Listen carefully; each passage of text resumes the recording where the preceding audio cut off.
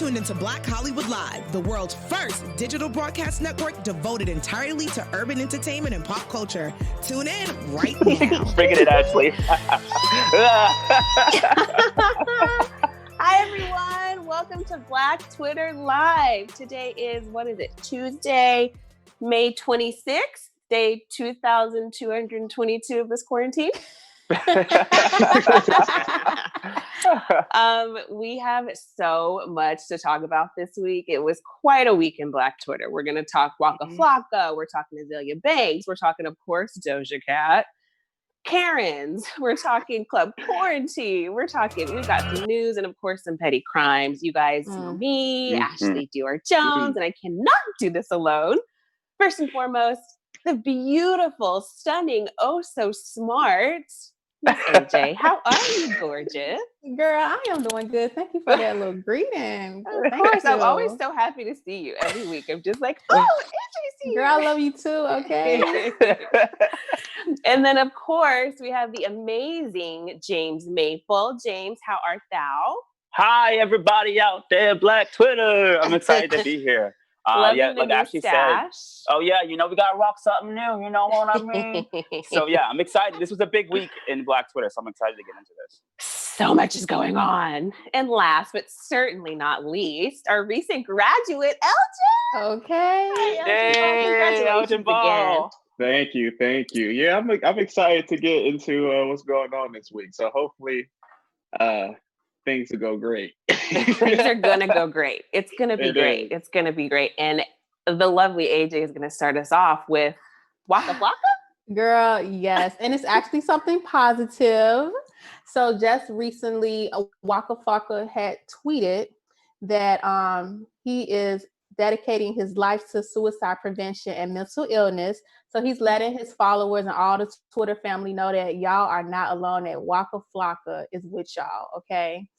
Now, of course, Twitter is, they responded, and it was actually kind of positive. Everybody was happy that he spoke out about it, and I'm gonna just read off a few tweets from some fans. One of our first tweets says, "This made my night. Thanks, Waka Flocka." Another tweet said, "Waka Flocka is here for us when we don't feel like going hard in the paint." Yes, y'all, he is. And, lastly, just suicide prevention numbers and hotlines for people to call. So I just really thought it was nice that, because rappers, they don't really talk about these type of things. It's like, oh, just want to have fun and turn up. So the fact that he used his platforms to actually talk about something that people like go through and just to connect with people and just let you know that like, hey, I'm here for y'all. And for those that don't know, his brother, had actually passed away due to suicide a couple of years ago. So he's very passionate about it because, it's very personal to him. So I like that he used his platform to speak out about that. So shout outs to Waka Flocka. That's incredible. I was just talking to everyone like before we got on, like this quarantine is hard. Like it's hard to be away from people. So I think it's really great that he kind of stepped out and was like, look, I hear you. I see you. Like there are, we can help in whatever way possible, because I think a lot of people may be feeling things that they're not used to, in a time like this. So it's nice that, he stepped out and said those things. And I can appreciate that too, coming from Waka Flocka. I feel like mental illness and mental awareness and that kind of thing is such a subtle thing in the Black community that it's not really talked about. So I think it was really prominent and really promising of him to put his name on the line on something that is a bit more of a taboo topic in the Black community. So definitely kudos to him for that. Definitely. Totally. Good job, Waka. We thank you. Waka Flocka is with you guys. He is with us. Now, someone who we're not so sure is with us, Doja Cat. James, tell us what she did this weekend, please. Where to begin? Okay, so now we're going to flip the script a bit and go from good things to not so good. So, if you guys remember from a couple of weeks ago, Doja Cat was riding a very high wave, doing the Say So remix with Nicki Minaj. Everyone was like really here for Doja Cat. So, like all things, they must come to an end. And unfortunately, Doja Cat's career might be on the precipice of its end. So what the hell happened? So Doja Cat was recently spotted, and archives came up her in a chat room called WeChat. I don't even know if the name of the chat is WeChat. I think it is. It's not important because it's full of a bunch of right-wing racists. We're not gonna give them any of our time. So Doja Cat is in this chat room, and she's in there quite a bit, and she's saying some very wild things. One quote, again, this is a quote from Doja Cat. This has nothing to do with us four. A quote from Doja Cat. Quote, "Would you feed a tube into my, with a funnel at the end and pour all types of liquor down there?" Another quote from her is, "Suck my N-word." So her in these chat rooms, she's in here and really, really showing herself. So everyone is really talking about this, and people were doing a bit more digging into Doja Cat's history after she's been kicking it with these right-wing white supremacists. So if you guys didn't know, she has a song called "Didn't Do Nothing" that came out in 2015. Now, I'm not a massive Doja Cat fan, so I didn't know this song. I did a bit of digging and looked at the lyrics. Now, she's claiming that this song has nothing to do with the pervasive racist term "didn't do nothing," which is often used against young Black men who oftentimes don't do anything. It's a pejorative that's used for that. So let's look at the first lyric to the song. "How much nothing can a didn't do if a didn't do nothing?" Now, I don't see how she can wiggle her way out of this. She did release an apology that did come up. I'm not really buying it. Many people on Twitter aren't buying it. I'm not going to read the full apology. We'll put it up on the screen, but a couple little lines from it. I've used public chat rooms to socialize since I was a child. I shouldn't have been on some of those chat rooms, blah, blah, blah. In regards to the song, as for the old song that resurfaced, it was in no way tied to anything outside of my own personal experience. Not really an apology in my book, but what do you guys think? Are we giving her a pass? Is the past coming back to haunt her? Where are we at with Doja Cat? I am so disappointed because we were so hype about her last week with having, the #1 song with Nicki Minaj. And just, we were so proud that 4 Black women, had the first 2 spots on the Billboard charts. And we were so excited about that. And then I find out that these are the people you associate yourself with. Like, that's not okay. And she claims that, she goes in these chat rooms. Anyone can come in these chat rooms. Sweetheart, you are who you hang out with. Like, birds of a feather fly together. So the fact that she's okay with congregating with these type of people, it bothers me. Yeah, I'm still trying to figure this one out. She said she was bored and just typing stuff. Like, how old is she again? Does anybody know? 24. 24. Yeah. And how long ago was this? Does anybody know? I don't know. From the looks of the video, it looks like it was maybe a couple years ago. So I'm gonna say 3. Like, she was old enough to know what is right and wrong. I'll say that much. I with this situation, I cannot say. I do not know because, she did get a #1 spot, so she might be trying to save herself. So I don't know if she's just trying to save herself. Like, no, guys, it was a mistake, or if she really feels like. People need to watch what they say. Absolutely. That's all I'm gonna say. Watch what you say because she's trying to keep that. She's trying to say the #1 spot on that Billboard. Okay, she ain't trying to lose them fans. Doja, what do you think? I'm gonna just call a spade because I'm about to do it later on today anyway. But like, it's just no way you can get around doing those type of things, and it's just like, you can't sit here and make excuses for the things that you said on the chat because, one, you're on a chat room with well-known racist people, so that's already a dud.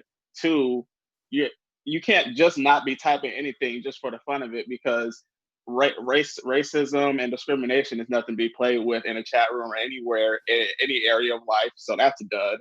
3, you were actively on it last week and 3 years prior while you're in your right mind. So at the same time, like, when people do stuff like this, you don't know the contents of people's hearts. So how can I truly say that Doja Cat is forgiveful of this stuff if she was just doing this last week and you don't really know the contents of how her heart is when it comes to stuff like this, when you made statements like this before. So when people do these kind of things, it's going to take a long time for me to trust them or even give them a second of a play on Spotify. Which, you know, people are saying she's canceled. In reality, she's not going to get canceled because just the same people that stream her music and don't care what she says is going to keep pushing her forward in streams anyway. So it's a dub for her for me. So yeah, I was gonna say people like who really gets canceled? Something's gonna happen in a few days and they're gonna be over it. Yeah. But I'm gonna just say, girl, you better watch what you say out your mouth, honey. Okay. So, definitely. But somebody who's definitely not letting Doja Cat get a pass is Azalea Banks. Have you guys seen her? Did you see her on Instagram this week? Lady went in. Okay. But I thought it was very interesting who she went in on. So first and foremost, she went in on Nicki Minaj for not calling out Doja Cat, the woman who was, you know, they were on this #1 record together. And she is congregating with these alt-right people who are definitely not about the Black girl magic. So she was like, if Nicki doesn't go on Queen Radio and call out Doja like she did Cardi B when Cardi B was doing all of her Black girl mess, then we have a problem. What do you guys think about her calling Nicki out on this? Because Nicki hasn't said anything. Do you guys think Nicki should have or will? Listen, all I'm gonna say is that #1 spot on that Billboard, Nicki might be kind of just, you know, what y'all talking about? She might be in her own world right now. I just feel like a lot has happened with this Billboard spot and they trying to protect this spot. So Nicki might not say much because, you know, as things go in the entertainment and all of that stuff, people always are in a hot seat, but then something else is going to happen a few days later. So they probably wait till it die down. That's what I'm assuming. But as far as Azalea, oh Lord Jesus, she is always coming at somebody, but I feel like if she want to come at people, it's the way she does it. She don't have to be like, so, you know, she could just say it in like a respectful way or like she got some common sense, but she just so like, I'm like, girl, we're not listening to the message no more. You just acting crazy.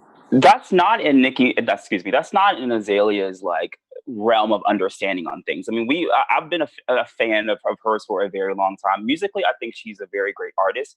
Socially, she is toxic AF, like across the board. Everything she touches turns to SHIT. Like I feel like whenever I see this girl's name trending, it's always tied to some type of like anti-bullying. It's never anything positive. So when I saw her name pop up on Twitter, I was like, here we go again. And I'm a little torn with this one because although in a sense I do agree with the underlying message of Azalea, like and attacking Doja Cat for her previous transgressions, it's like, why are you dragging Nicki into it? Like in your effort to demean one Black woman, your effort to support one Black woman, you're demeaning another. Like it just doesn't make sense to me. Yeah. I think Nicki's in a very interesting position right now. Like, I agree with AJ. I think she's probably just going to let the waters kind of go because, I mean, this could go one of two ways for her. You know, this could go real left for her not saying anything, or we'll just forget about it and, you know, on to the next. Yeah. I feel like, go ahead. Sorry. No. That was it. No, I was going to say, I feel like if this keeps going on, then eventually Nicki's going to have to say something about it. But if this dies down within a week, you know, but if they keep finding more stuff on Doja, it's gonna be a mess. Right. And honestly, the tweet or the Instagram thing that Azalea did, it was more focused on her revealing that her and Dave Chappelle messed around while he was a married man. She said she's not out here trying to mess up any marriages, but these dudes ain't doing anything for her, so why should she keep her mouth closed for them? And that was actually the pull of like her whole Instagram was that little nugget of her and Dave Chappelle. So people may not have even paid attention to the Doja Cat stuff. What do you guys think about the Dave Chappelle drama? Ooh, child. I got nothing for that. I mean, I love the good tea, but again, it's just like yet again, she opens her mouth and toxicity comes out. So like she's trying to destroy Dave Chappelle in the process. Like, and he married? Yes, he's very married. I'm like, he's very married. He's been married for a very long time as well. I'm sure we'll hear more about it during his next comedy show. Yeah, Azalea and her braces need to keep their mouths shut. Oh, yeah. And you know, I really feel like when she came at Nicki, it was still that Cardi B underlying issue under there. So I feel like she was trying to come at Nicki, but it was kind of had to do with Cardi B too, because you know how Cardi B got into it, and it was this whole thing, and so Azalea, girl. I know, Azalea. Okay, so moving on from Azalea to Karen. Elgin. I hate all these trending topics. This week's trending topics are really not it's really good. racist this week. Like it's really just weird and this week. Pervasive. I don't like it. What happened, Elgin? Yeah, so let me get in my zen because I've been zenful during quarantine. So you know, Christian Cooper, who is an avid bird watcher in New York. Everyone knows he's, you know, for this. He's been on certain web media for, you know, being an avid bird watcher. He's wrote for Marvel before, and he's an avid writer. So I do want to big up the victim in this particular situation.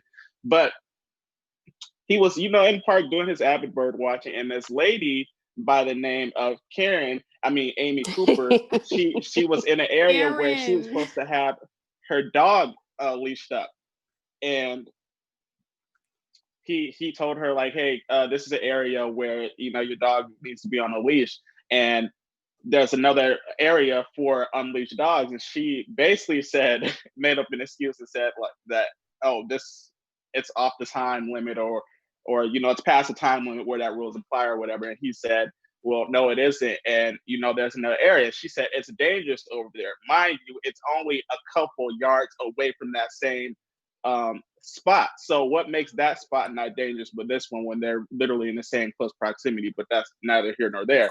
So he puts out his phone and he starts to record her.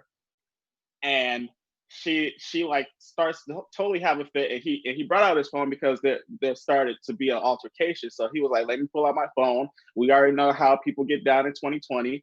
And she starts to get mad. Mind you, he tells her, because she advances towards him, and in the video he says, please back up, please back away from me.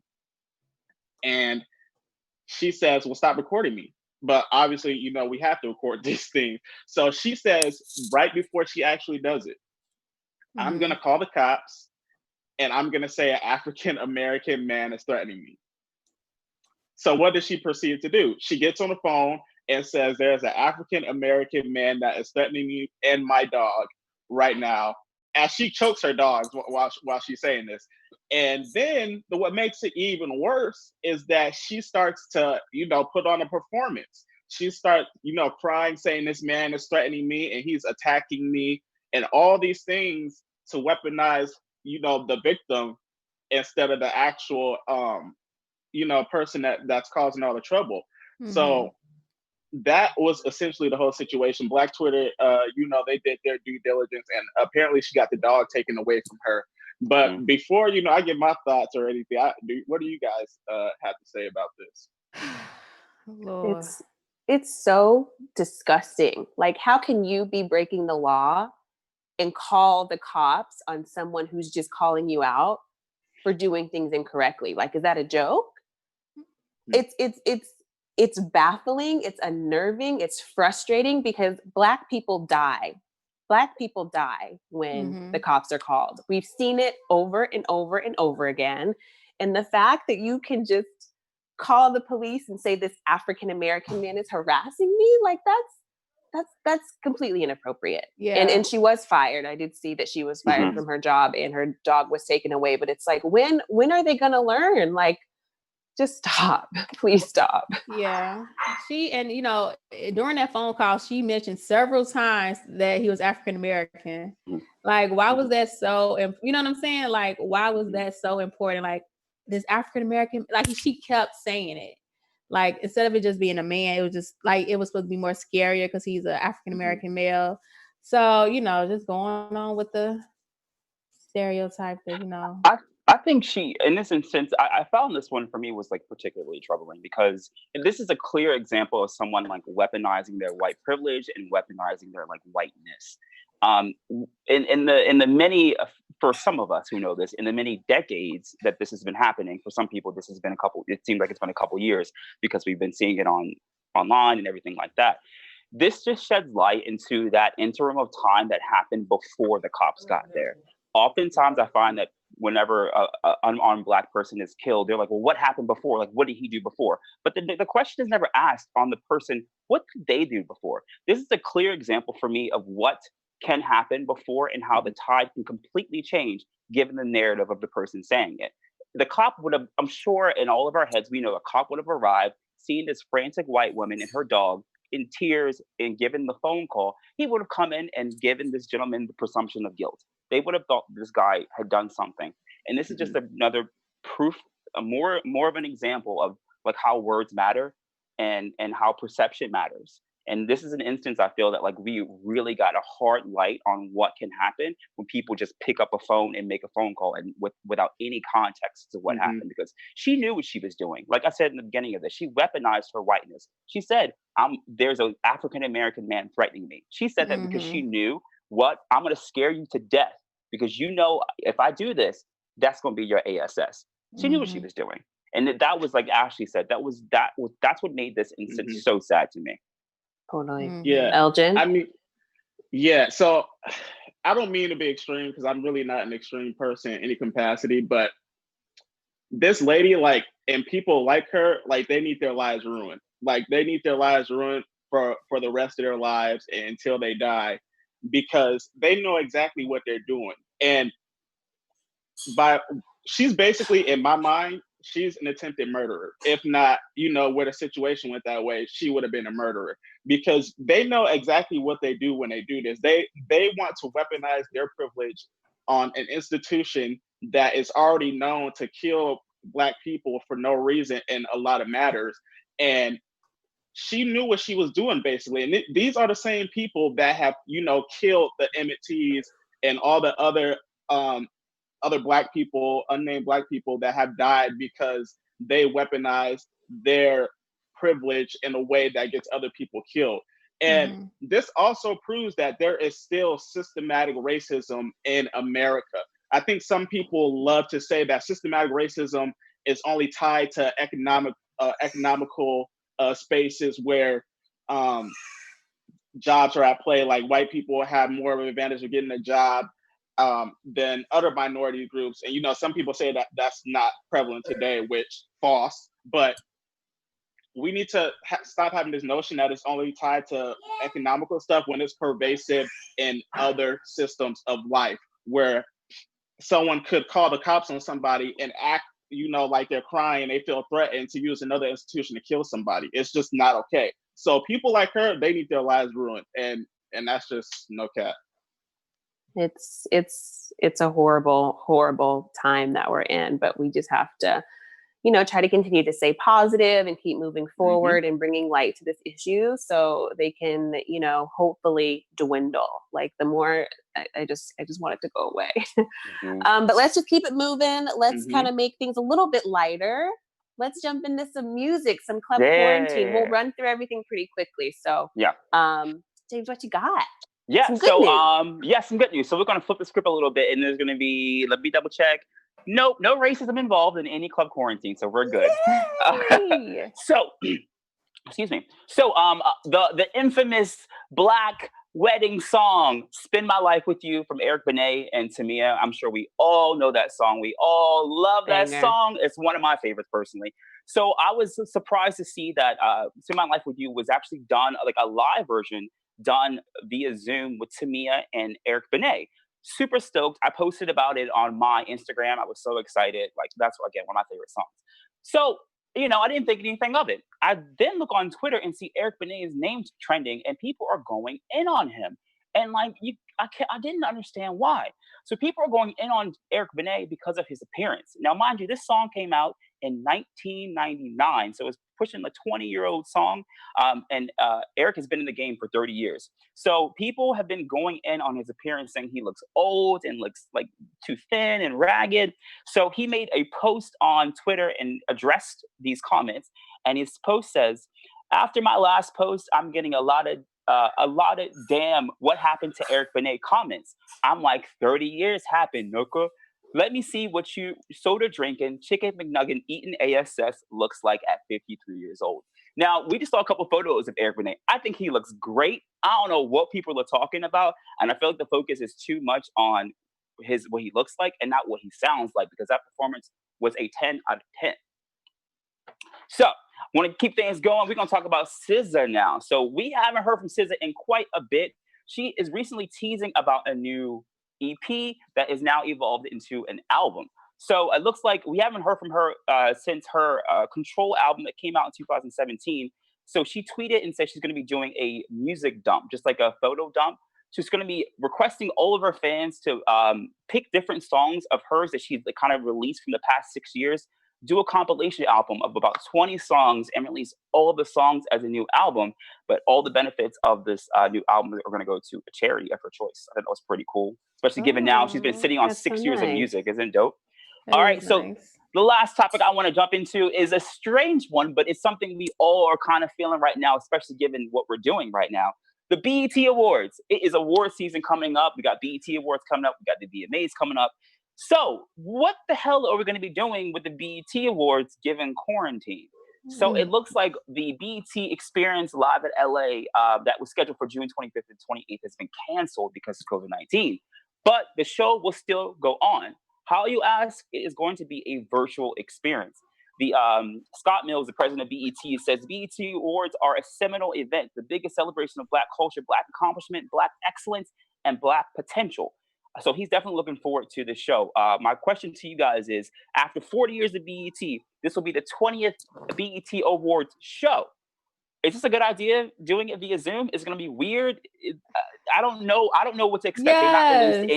They've not released any nominations, no hosts, no nothing yet. So there's no details on how it will happen, but it will be a virtual experience, if they say. Listen, I know. Look, Zoom is the move nowadays, but I'm just a award show. Like, come on now. How are y'all going to do that? I don't know. Like, I just- imagine it'll be like the BET Celebrates thing. Yeah, that they did. We've done a couple of things, like the BET Celebrates thing, and I think there was a Disney one that they did a couple weeks ago. A bunch of Disney stars kind of did like a concert kind of did. So it's not out of the realm of possibility.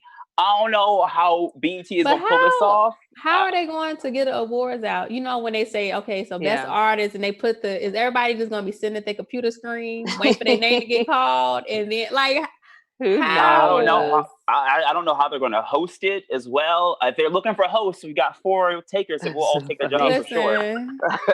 But yeah, I don't know how they're going to. I don't know how they're going to make this happen. So that's what's going down over in Club Quarantine. Guess we'll have to wait and see. Elgin, see. what's going on with drops this week? Moving right along. Yeah, so we're gonna go through this pretty quick because it's not really of importance. Let me stop. We got the 1975, which is an indie pop rock type of band. They're releasing their latest album, Notes on a Conditional Form. So that's going to be dropping this week later. And then next up, we have the infamous Lady Gaga, the meat dress wearer herself, dropping her album with Ariana Grande on there from a song called Rain on Me, which I thought was pretty cool. It's called Chromatica, and that is coming down later this week as well. And then we got another great trending show that just stormed Netflix when it came out the first season, but the 4th season of 13 Reasons Why is dropping later this week as well. Nice. Well, we've got a lot of stuff to look forward to. A lot of good drops from some cool artists and some good shows. Yeah.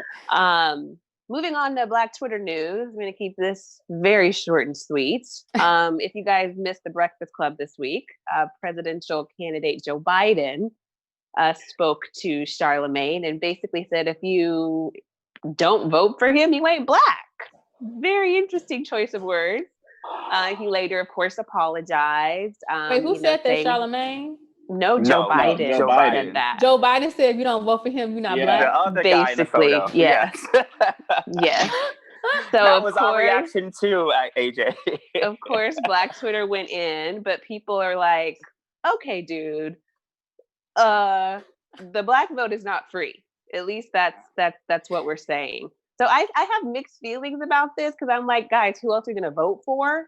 Okay. I just hope that his comments don't keep people from the polls, because then we'd be back in the same situation that we're in now, which I don't want. But he apologized. He said he was being a wise guy. He was probably just trying to be cool or whatnot, but I really need his team to like to figure that out, because, you know, that type of situation shouldn't be happening with a presidential candidate.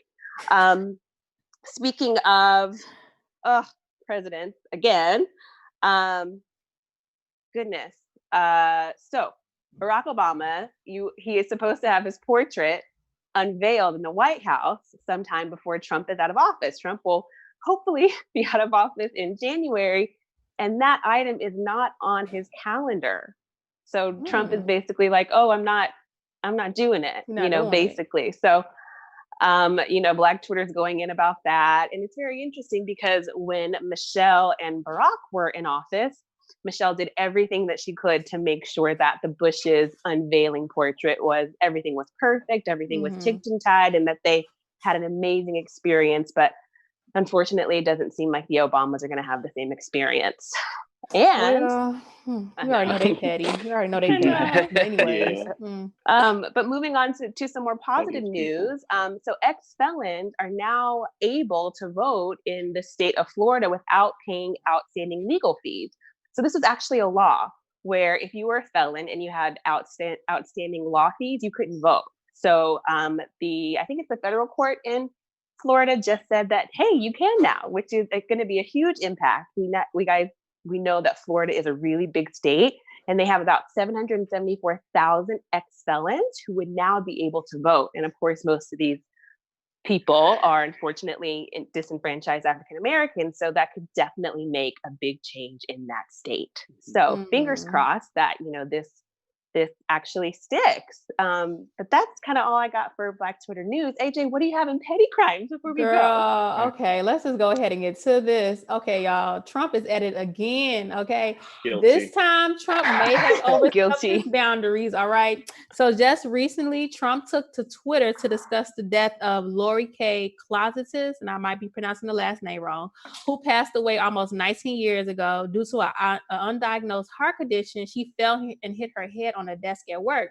So at this time, during her death, there was a lot of controversy, a lot of conspiracy theories, because it was said that her boss, U.S. Rep. Joe Scarborough, murdered her. But anywho, the point is that it was 19 years ago. And so Trump took to Twitter to basically tweet, which you guys are looking at right now, to bring up the case again to all his 80 million followers, and basically suggesting that she was murdered by her boss. And so basically her husband, he basically wrote a note to the Twitter, Jack, I think his name is Jack, the owner of Twitter, Jack Dorsey, yes. And was like, listen, Trump is basically violating the terms and conditions of Twitter, and these tweets need to be taken off. And why are these tweets still on there? Because as you all know, like the president of the United States basically tweeted something, and everybody, people like to attack people nowadays, and nobody really knew about this murder case. And so he'd been seeing a lot of backlash from it. And so he wrote a letter to Jack Dorsey, the owner of Twitter, asking him to delete these tweets and have them banned. And so Twitter is, of course, going crazy. One person tweeted that Jack Dorsey is totally intimidated by Donald Trump. Anyone else's tweets will be deleted and banned. So they're trying to figure out why his tweets are still up there. Another tweet says, rather than meet with COVID-19 task force and develop a national testing plan, Trump raised tweets against a journalist who's critical of him. And that's another thing. The person that he wrote about, that journalist, is very, he talks about Donald Trump. So they're like, why are you attacking this journalist? And especially at the expense of the death of his wife. And someone said, there is no reason Trump needs to be on Twitter. None. He uses his platform to spread hate and lies. Anything he needs to say can be covered by the press, like it's been done for decades. It's easy for him to be a keyboard coward. The last tweet says, he is not following your terms of service, and every time you do not enforce the rules with him, but do with other users, it is wrong. Do your job, remove the tweet, enforce the rules. The last one was from Kamala Harris, because she's been telling Trump that he needs to get off of Twitter. And so somebody said, this is just proof that she's right. He has to go. Hashtag take Trump off Twitter. Because as of right now, the tweets are still alive and active. They are not deleted. They have not gone anywhere. So basically, people are coming at Jack Dorsey saying if it was anybody else, they would have been banned from Twitter. So why is the president not being banned? So does the president have a freedom of speech too? Or is he out? He out of control for these tweets? I don't think you're you should supposed have to a be the Twitter. leader of the country. Yeah, Yeah. His Twitter, it's been confirmed. Like his Twitter are official White House statements. So like I think one thing I think everyone should understand, like when he tweets something, that something is going to be archived for centuries to come. Like people are going to look back at the tweets from this man and see that during a global pandemic, he's talking about a murder. It wasn't a murder. It was an accidental death of a journalist 19 years ago to try to drum up his base. Like his words have power. His words are history. People are going to study this. So like, I'm not saying he needs to be taken off, but we're 3.5 years into his presidency. He's not going to change. Yeah. That's why we've got to vote in November. Vote, guys. Yes. Well, so we're still waiting to see what Jack Dorsey does. But as of right now, he did not ban Trump yet. So we don't know if the rules apply to him. Bummer. Well, guys, that's the end of our show. I hate that today's show was a little bummery, like sad, but you know, this is life. This is life. This is what's going on. So it is. AJ, where can everyone find you? Y'all hit me up on Instagram at Crimson Pearl and check me out on Twitter at Crimson Pearl 22. Beautiful. Elgin, what about you? Y'all can check me out on our Instagrams and on the Twitters at Elgin_ball. Lovely. And last but not least, James. You can follow your boy James Maple at James Maple Actor on Twitter and Terrell James Maple on Instagram. Awesome. And you guys can find me on all social media platforms at Ashley Dior Jones. Thank you so much for tuning in this week. See you here same time next week. And we'll talk about lots of new Twitter news and activity and drama. You can catch it all here. Thanks for watching. We'll see you guys next week. Bye, guys. Bye. On behalf of our BHL staff, we would like to thank you for tuning in to Black Hollywood Live, the world's first digital broadcast network devoted entirely to urban entertainment and pop culture. Check out our Black Hollywood Live YouTube page for even more great programming and amazing content. And be sure to subscribe and like our channel when you do. I'm your BHL host, Nakia Monet, and you can find me on all social media at Kiki Boom Boom or at Black Hollywood Live. Black Hollywood Live, Hollywood redefined.